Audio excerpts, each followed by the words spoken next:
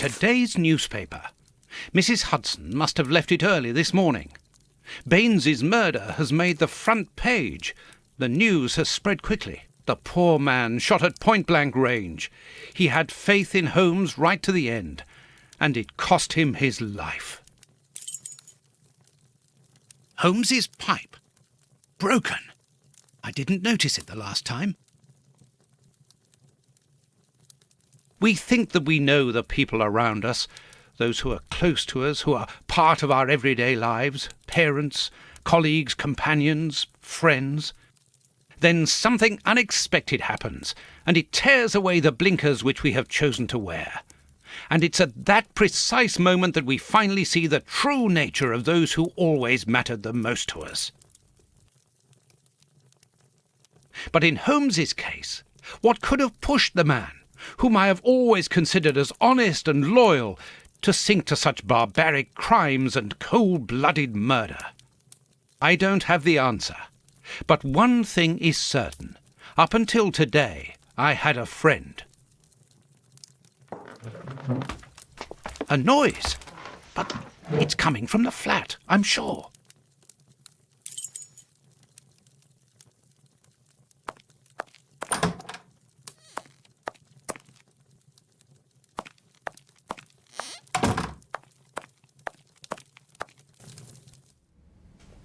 Holmes! I know you are in there! Holmes! Open this door immediately!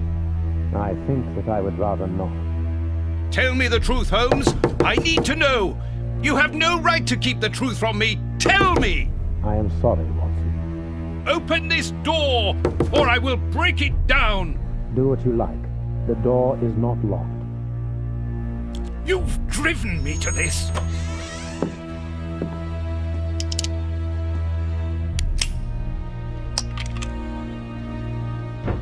It's the police! Open up!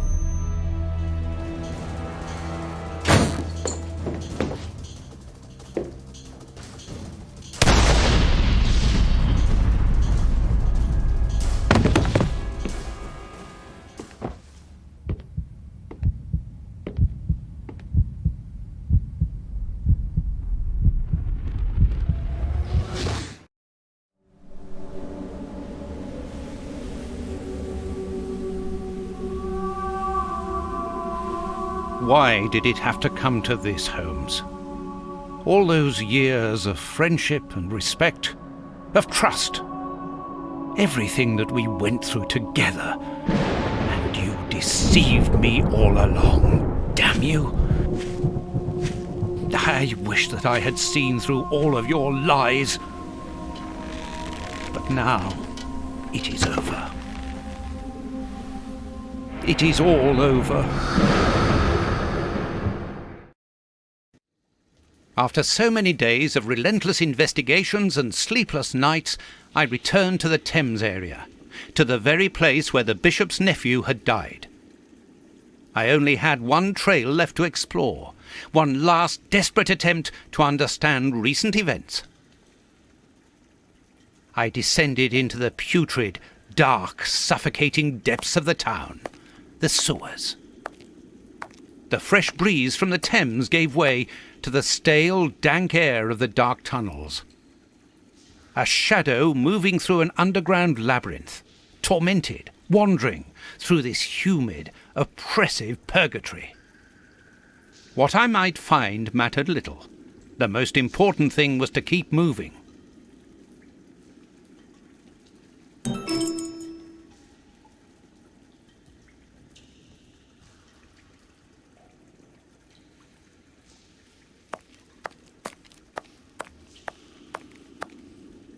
A piece of rope that floats.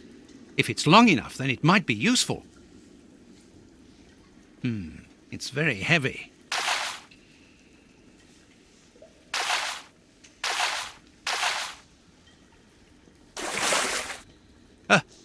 A body! Oh, it was weighed down by the anchor. If I can retrieve the anchor, I can use it as a grappling hook. There.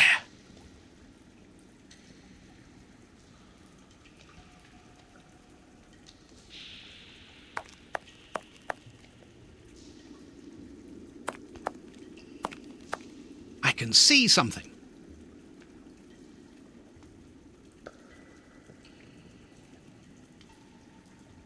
This butt is still dry, despite the surrounding damp. It was thrown here not so long ago.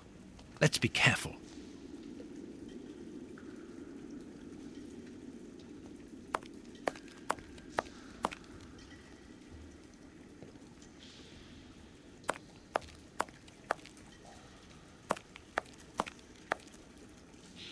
The bars are completely rusty. Oops, this bar has come away in my hands.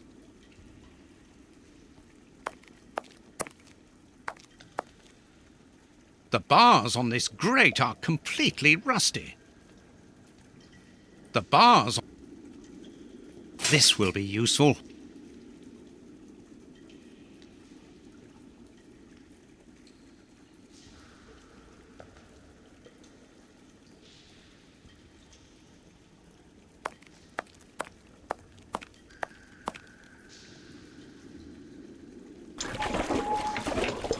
This must be a service trapdoor used to release the water in the event of the sewers overflowing. An iron ring. That's of no use. That's of no use.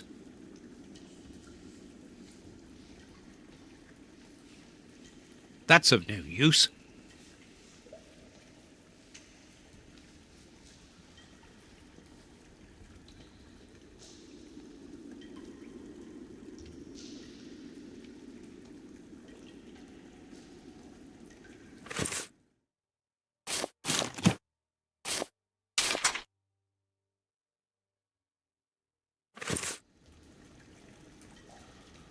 That's of no use.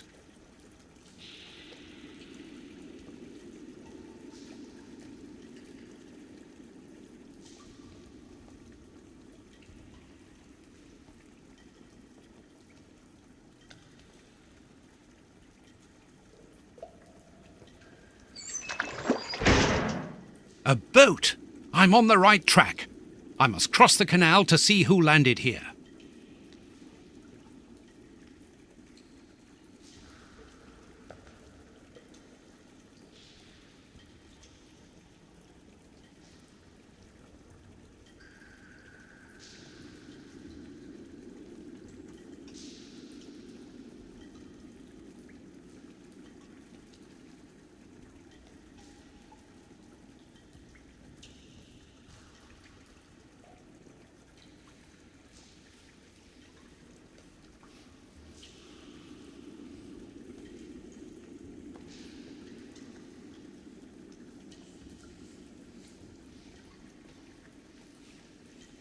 A boat!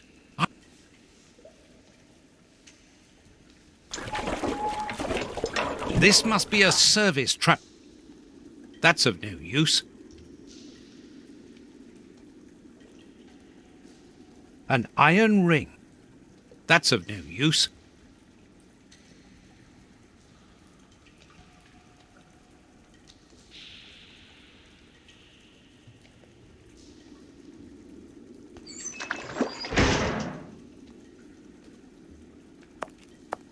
Wire.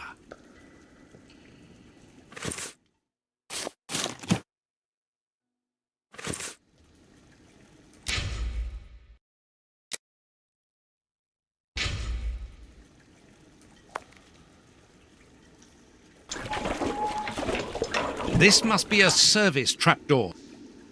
The trapdoor is horizontal and solidly fixed. A boat!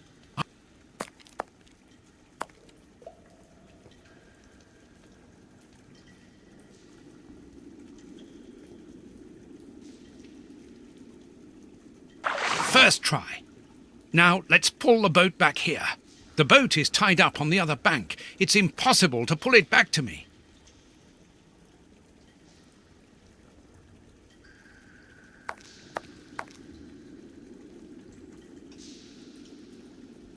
An old scarf with blood on it. This bit of iron seems new and looks like a piece from ordinary machinery.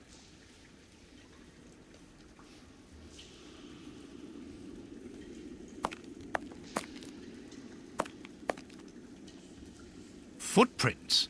Someone has been here recently.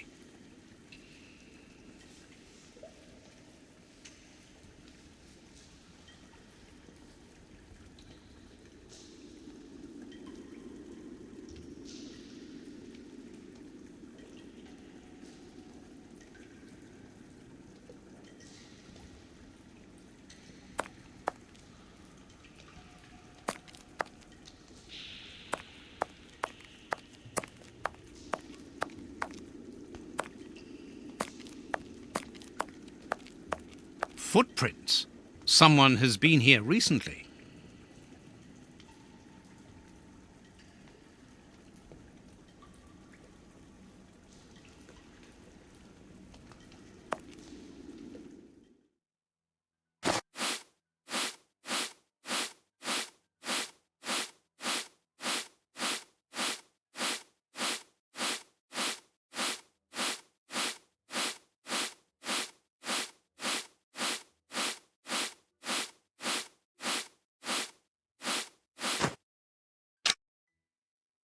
Incredible!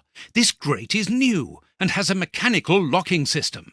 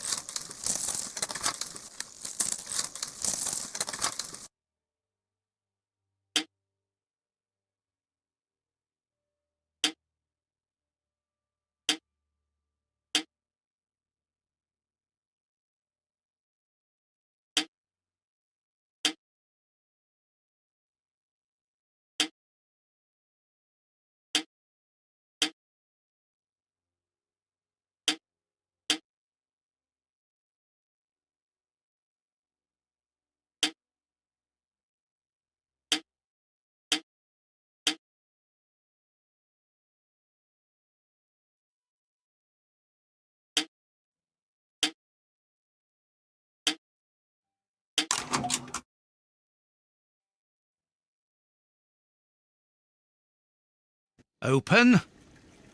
Come on, John. Courage! And here's another. See how you like that? Oh. And how does this feel? I don't think he liked that much. That'll teach him. Let's see if I can break.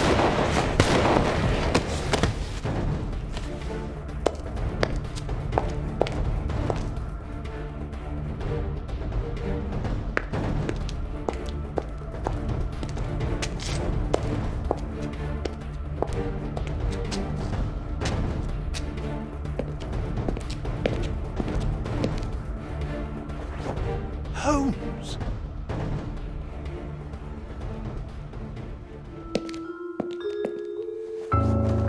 I am so very glad to see you, Watson.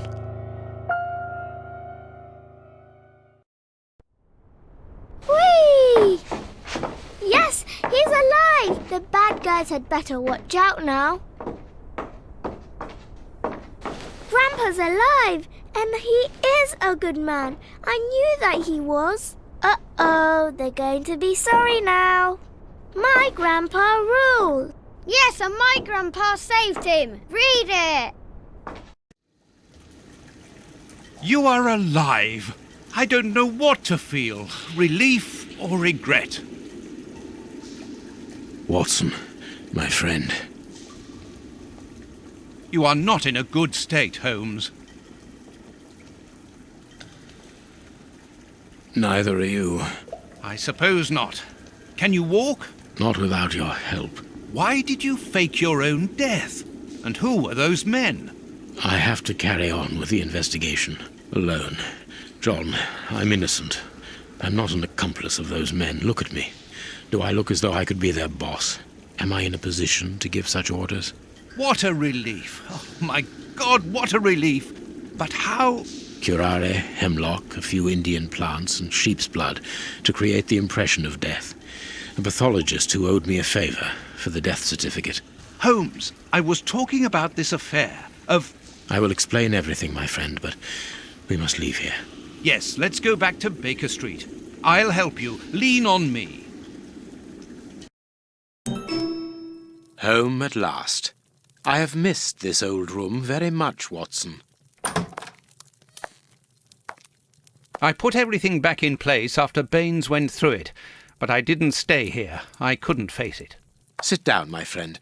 It is time for you to know the full details of this case. First of all, I must apologize for the distress that this has caused you, and for my behavior, which was, I know, quite abominable. I can only hope that by the end of this explanation you will understand that I behaved in such a way only to protect you, and that it caused me great pain to see your trust and confidence in me ebbing away. From whom or what did you wish to protect me? From Professor Moriarty. Moriarty? We should not have taken pity on him in that Swiss asylum. Do you remember, during the case of the Awakened? Our indulgence has cost us dear today.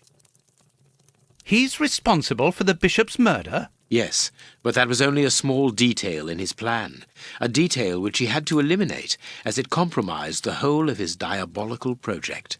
The bishop had in his possession a document which he suspected as being one component of a larger puzzle.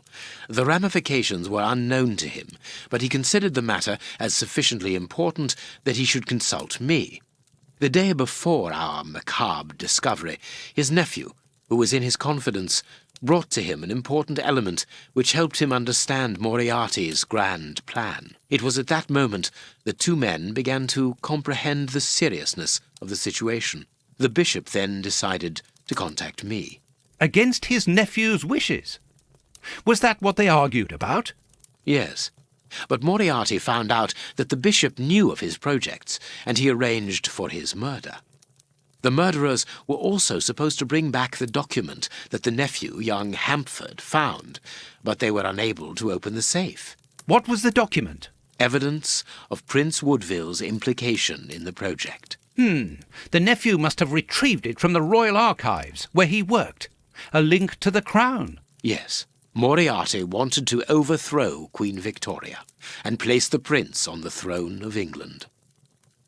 But that's impossible. He would have needed to create an incredible coup d'etat. Patience, Watson. First of all, Moriarty placed his pawns so they might begin to develop and encourage a tense atmosphere, ready to discredit the Queen and thereby raise Woodville's popularity. And provoke a famine, so that the prince's soup kitchens could begin distributing food and he would appear as a hero. Exactly.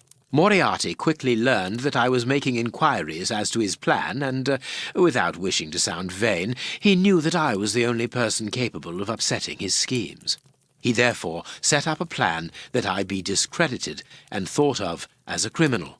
And you played along with him? Precisely. Allowing him to believe that he had succeeded was the best way of ensuring that his attention was no longer fixed on me. Why didn't you say anything to Scotland Yard? Did you not think it strange that Inspector Lestrade was away for weeks? What?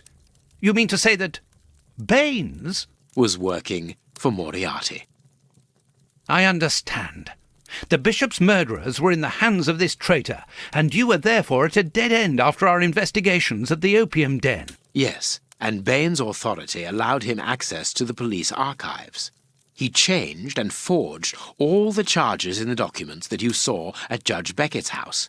It was also he who substituted the Samoan necklace for a vulgar copy. So that was why the judge went to Farley's, to obtain Baines's false information. Precisely. But they each found themselves as instruments in Moriarty's strange orchestra. Judge Beckett received entire books full of charges against me, and a journalist such as Farley will not hold back when he gets the chance to make the front page of all the newspapers in England. With regard to Farley, it was a mere case of professional misconduct. And to think that I held you responsible for the explosion at the judge's house. What a relief! But why did Moriarty have him killed? He was on the point of discovering that all the documents supplied by Farley, and therefore by Baines, were false, exactly the opposite to what our enemy was anticipating. And where did the poison fit in all this? Unfortunately, I do not possess all the information on this subject. The first time that we saw the effects of this substance on the body of the bishop, the poison was evidently only at an experimental stage. It was much too potent to do anything with. Effectively. But in the second case, Kurtz, I didn't notice a great advance. However, there was one. The poison was no longer fatal. Yes, but the madness was still there. I should remind you that he attempted to devour his own dogs. Correct, Watson, but it was not the second case, as you supposed. Remember the number of other incidences of madness, either collective or individual, relayed in the press in the days prior to it. You mean to say? That Moriarty tested this dangerous mixture on a large number of guinea pigs, apparently with little success, as all those people are now dead. I say apparently, because I do not have the least idea as to the result Moriarty was hoping for. And that's where Hans comes in, isn't it? Moriarty needed him to devise the substance's final formula. And so you helped Hans to escape, so he might lead you to it. Yes, but things did not go as I had planned. The professor's men got their hands on him just after his escape. And you lost his trail. Yes, but I doubted that Moriarty would take Hans to his lair. To find him, I had only one trail, the bomb placed at the judge's house. The trail of the 3 Russian brothers. I found out about the mill by having the anarchists' trail followed by the children in my own secret police. Once again, their help was a determining factor. As regards knowing where to locate Moriarty's lair, I hoped to find the information in the attic of the water mill. I got to it only just in time, before Baines turned up. And you were stuck then, weren't you? Allowing him to arrest you would have meant certain death. Regrettably. But Moriarty's plan worked in any case, as, after killing Baines, I became England's most wanted man for the murder of a Scotland Yard inspector. And so you had to make sure that people forgot about you. Therefore, you orchestrated your own death, so that you might continue your investigation discreetly. Oh, that was a terrible time for me, Holmes. I am sorry, my dear fellow. Well, the important thing is that you are well and truly alive. Yes, but it is not over yet. Moriarty will take action one day or another. You were saying that you had found Moriarty's hideout. Where is it? In an abandoned fun fair on the outskirts of London. It is quite certain that they are all there. Sheilman, the prince, and of course, Moriarty. If Moriarty puts the prince on the throne, he'll have his hands on the reins of the kingdom. Her colonies, her diplomatic network, her riches, everything. Yes, including the army, the war fleet, everything he needs to help him conquer Europe. And eventually, I suspect, the world. Holmes, we have to be quick. His plan hasn't been put into action yet. Perhaps it's not too late. Let us go immediately, Watson.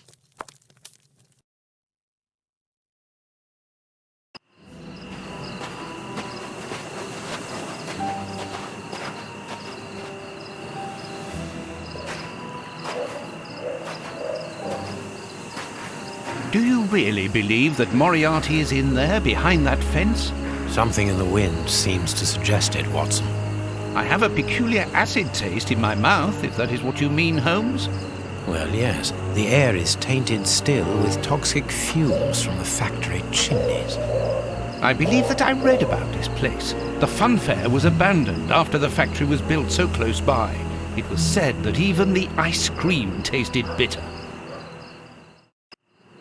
Aren't you curious about the warehouse down there? There seems to be some strange activity taking place inside. Strange and in keeping with Moriarty's activities. Let us go and see what they're up to.